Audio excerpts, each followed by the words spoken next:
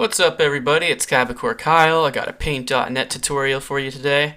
So let's just get right into the windows that you can open. So if you don't have anything open by default, I think normally the tools at least are open by default.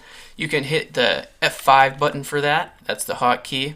F6 button for your history, F7 button for your layers, and F8 for your color wheel. Now if you're not one to press hotkeys, you could just simply click on them as well. So let's get rid of the clutter for a second. I want to show you guys the color wheel. This color wheel lets you select the color, and then if you want a very specific color, you can go right into the More category. If you go into the More category, if you have the hex color or the red, green, blue RGB value of the color, you can type it in right here. So for instance, I know that I like neon blue, so I could type in 0255 255 for that neon blue color that I like, and then it will be in the primary color spot, so I could use it in the drawing. And to use it in the drawing, we're going to need to do a tool, so I'll just select it up here, and the tool that we can use is basically whatever. Let's just use this, and then we press left key to use the primary, right key to use the secondary. But let's just swap the color for the secondary real quick. And then you can just tell what ones it's on. You can click it down here or up here. Primary, secondary, whatever you want to do. So then right click, that's the secondary, and then left click is the primary. So let's Control Z to stop what we just did. Alright, now that we have colors out of the way, let's talk about the layers real quick. So, to add a new layer to your project, you're going to have to press this button right here. Give that a good left click. To get rid of a layer, you would want to press the X button. If you wanted to change the layer's name, you could either hit this down here for the properties and change the name and like the opacity and all that stuff, or you could just left click on it twice, 1, 2. So I could change the name, could change the opacity, and if you change the opacity, you can see that it becomes more and more transparent as you decrease the value. So there's that. There is also, if you want to get rid of a layer, so say you're working on something else inside your drawing and you need to get rid of certain parts of your drawing to make it easier on yourself, you can unclick the visibility or check it back on if you want it again. There is also the merge layers. So if I wanted this object layer to merge with the text layer right here, I would hit the merge layer down button, and then they would become one layer. What the good thing about layers is that if you have one, let's put this on the top. Oh, I did that by left clicking and dragging. You can do the same thing by hitting the up arrow. So if you wanted to draw new stuff, but this layer was perfect, you didn't want to mess it up any, you just go to a new layer on top of it, and then you could draw on top of it. And then it wouldn't mess up your old layer if you did mess up this layer. So let's say I accidentally, oh no, but I could just get rid of the layer, and then everything's back to the way it should be. Alright, then we have the tools, and it's right up here. I want to show you the panning tool real quick. If you left click, you can move it around. Or just previously I had an X next to it and I couldn't move it around, so to fix that I just zoomed in and then zoomed out real quick, and then I was able to move it around again. I don't know what was up with that, but that's how I fixed it. So what's better than doing this is, say you're on the mouse click tool and you want to do that but you don't feel like pressing this panning tool, you could just press down your scroll wheel button and you could do the same thing. And you could also scroll wheel to mess around with the Y position alone, but I like pressing it down so I could change the horizontal position as well. And I usually use these tabs down here instead of the magnify button, but that's just a preference. Magnify button's up here. You just left click to zoom in, right click to zoom out. Another good tip would be if I wanted to use the magic wand, I would hit S 4 times. So it's right here, the select group.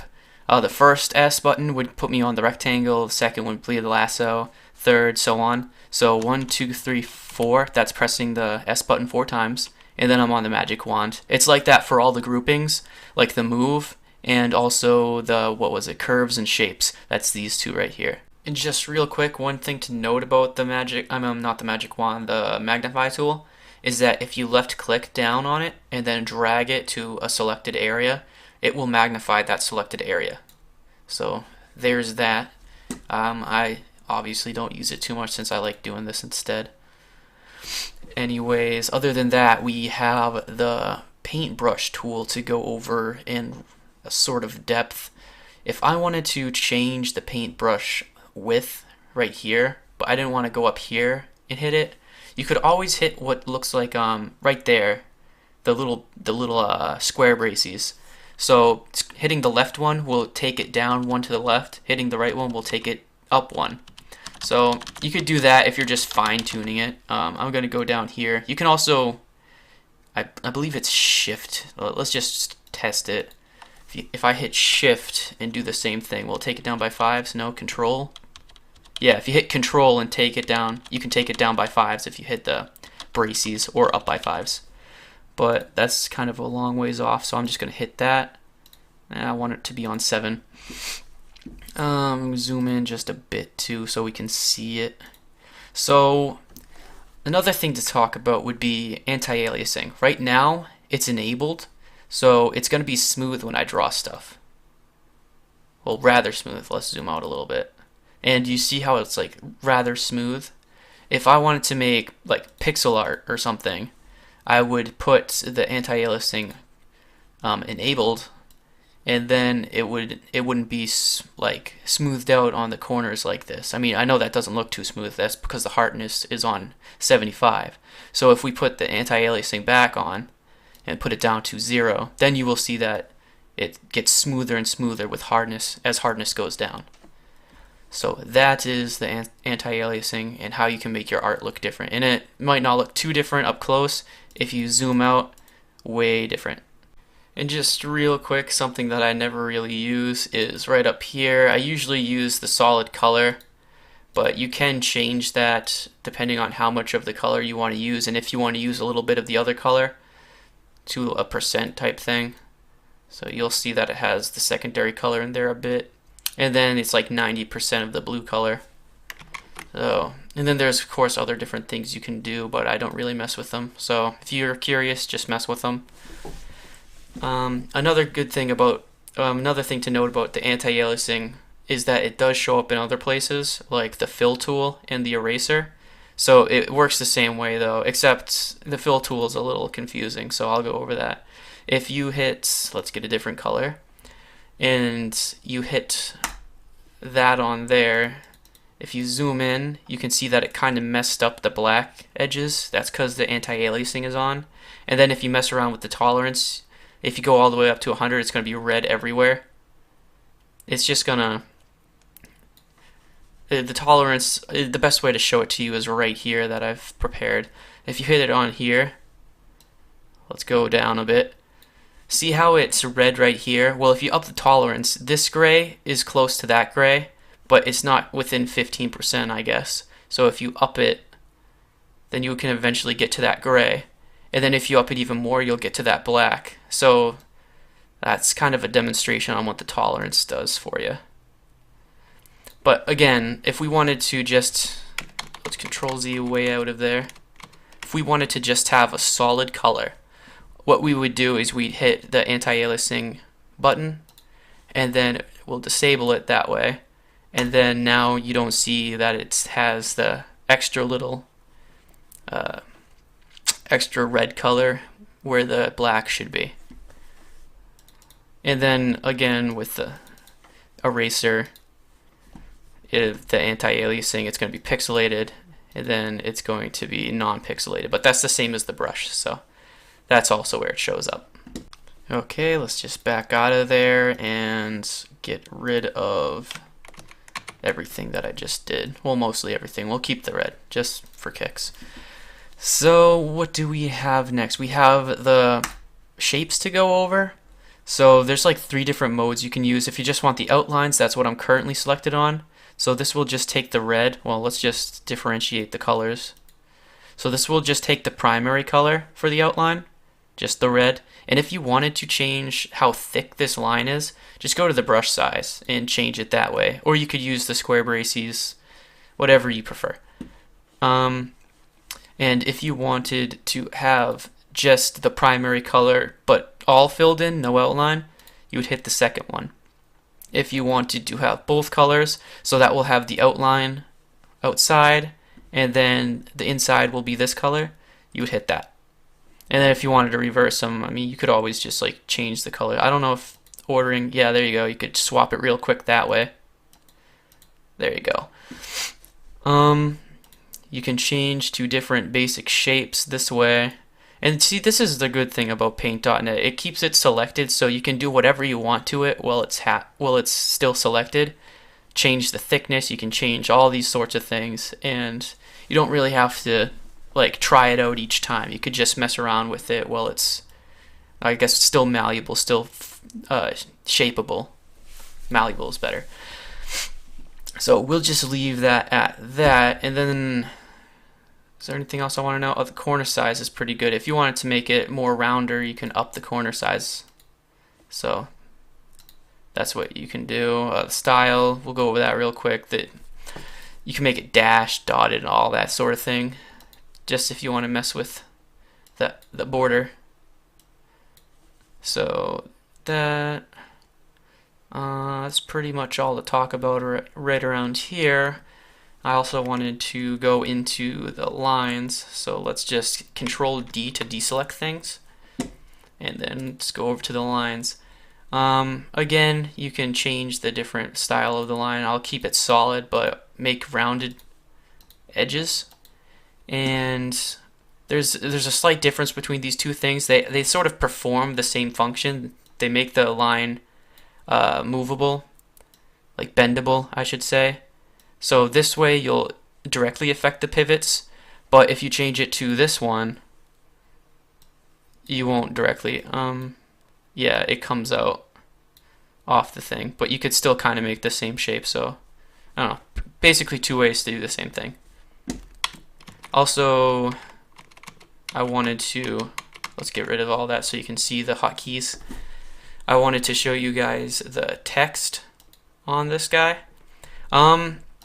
Unfortunately, once you make the text, you can't go back into it. So if I wanted to like change this, I wouldn't be able to do it. So just make sure whatever you type in, you type it in right here, and make sure it's right, or otherwise you're gonna have to start over. So I don't really want to add anything except for that you can get different fonts on dafont.com and see, for example, this is a custom font right there. I got that from dafont.com, and I have a video where that shows you can do it. It's the thumbnail video, or you could just look it up yourself how to do it. Not really going to show you right now. Another tool that I did want to cover would be the clone tool, because it's kind of confusing. What was that, L hotkey? Yes, it was. So if it's already got a little point on it. I want to up this up. I'll tell you what that point was. You see how it has two circles? That one below is the anchor point, and to change that, you hit the Control button, and then you click wherever you want to put the anchor. You see how it changes the icon to the anchor? So there we go. Now the anchor point's right there. And if I wanted to start drawing this rectangle up here, I can do that. Left click, and then I could just draw that up there. What this is used for is in photos. If you wanted to like cover a person or something, and he's in like the shot, and you want to naturally get rid of him, you would take a piece of the nature surrounding him, and then you would color over him. Of course, the anchor point might be a little closer, but just showing you how the tools worked. Finally, I just want to wrap up with the selection tools. You can move the pixels of an object. With the first one, I kind of alluded to that earlier, so that's the first one. You can move that. Make sure you're on the same layer, like as I said before. Or if you wanted to move the selection, the actual selection around this, you could use the second one. So that might have been confusing to some of you people before. because I was kind of confused as to what that was. Anyways, Control D to deselect. And also, actually no, let's make a selection again to show you guys some other things. If you are selected on something and you actually wanted to draw here, you wouldn't be able to, because you can only affect the selected area. So if I drew in here, that's fine, but outside, I can't. Sometimes people do this and they don't know it, so they accidentally select like right there, like the littlest portion. Say maybe they're zoomed in and they're trying to affect this area. Well, they can't because they're selected like that. So if that's ever a problem for you, just hit Control D and you'll be able to select again, if that was the issue at least. So that's what I have for you guys on Paint.net. I hope you found it semi-useful. And if you like videos like this one, you can subscribe to my channel. I'm trying to put out some tutorials now. So thank you for your time. Goodbye.